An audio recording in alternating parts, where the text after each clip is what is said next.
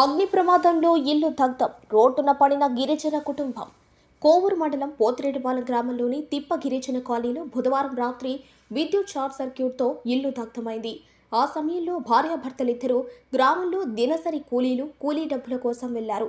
ఆ సమయంలో ప్రమాదం జరిగింది. ప్రమాదం ఇంటిలోని వస్తువులు అన్నీ పూర్తిగా దగ్ధమయ్యాయి. పనులకు వెళ్లి సంపాదించుకున్న నగదును కూడబెట్టుకుని బీరువాలో దాచుకోగా అవి కూడా ఈ ప్రమాదంలో బుక్కయ్యాయి. దీంతో బాధితులు బోరుమని విలపిస్తున్నారు. రోడ్డున పడ్డ తమని ప్రభుత్వం ఆదుకోవాలని బాధితులు కోరుతున్నారు.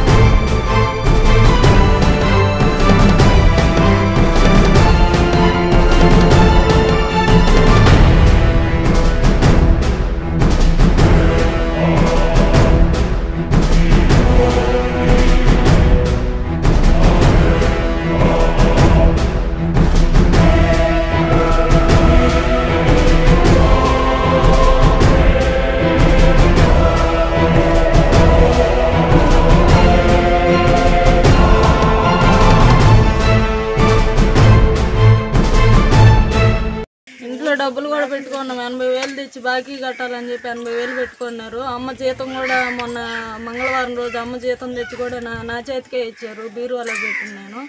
అమ్మ పొదుపు కాగితాలు, మా అన్న డబ్బులు, మా అన్న 10,000 తెచ్చి ఇచ్చాడు. అవి కూడా ఇంట్లోనే పెట్టినాను.